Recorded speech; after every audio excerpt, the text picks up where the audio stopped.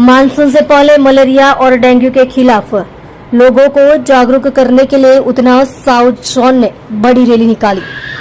सूरत municipal corporation के उतना south zone में मलेरिया कैंपेन के तहत मानसून के मौसम में फैलने वाली मच्छरों से होने वाली बीमारियों के बारे में लोगों को जागरूक करने के लिए एक खास पब्लिक अवेयरनेस रैली निकाली।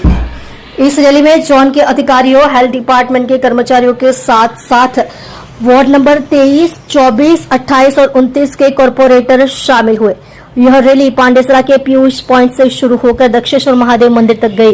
रैली के दौरान लोगों के हाथों में बैनर और स्लोगन लेकर मलेरिया, डेंगू और चिकनगुनिया जैसी बीमारियों से बचने के लिए जरूरी सावधानी बरतने की अपील की गई। रैली में लोगों को सलाह दी गई कि वे इस बात का खास ध्यान रखें कि उनके घरों, आंगनों, छतों, पानी की टंकियां, कूलरों, गमलों और दूसरी जगहों पर पानी न भरें।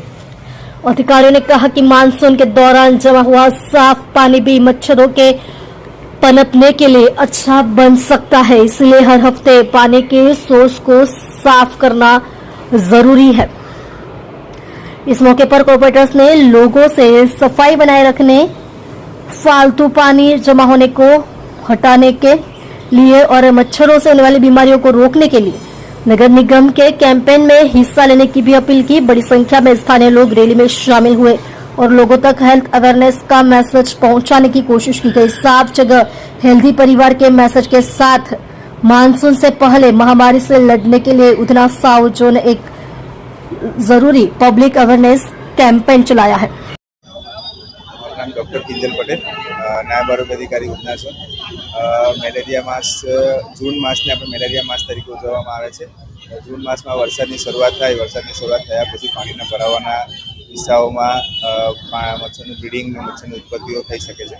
તો એ ના થાય તેના માટે તમામ મ્યુનિસિપલ સદસ્યોને આમંત્રણ આપી આપણે એક જનજાગૃતિ રેલીનું આયોજન કરવામાં આવેલું છે, જેના લીધે આ લોકો જાગૃત થાય અને આ ચોમાસામાં બને એટલા મેલેરિયાના કેસ ના આવે અને મેલેરિયા મુક્ત ના રહે તેવી અપીલ કરી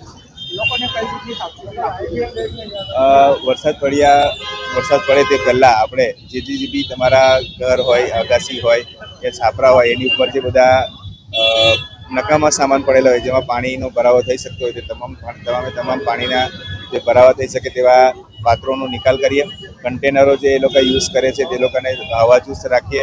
એ લોકોની ટાંકી હોય તે ટાંકી હવાચુસ્ત બંધ રાખીએ અને જે ઘરમાં ફ્રીજ હોય કે પાણીના કુંડા હોય કે બીજા જે ચાળવા હોય જેમાં પાણીનો ભરાવો થઈ શકે એ ના થાય તેની તકેદારી રાખીએ અને દરરોજ એનો સફાઈ થાય એને નિકાલ કરે છે।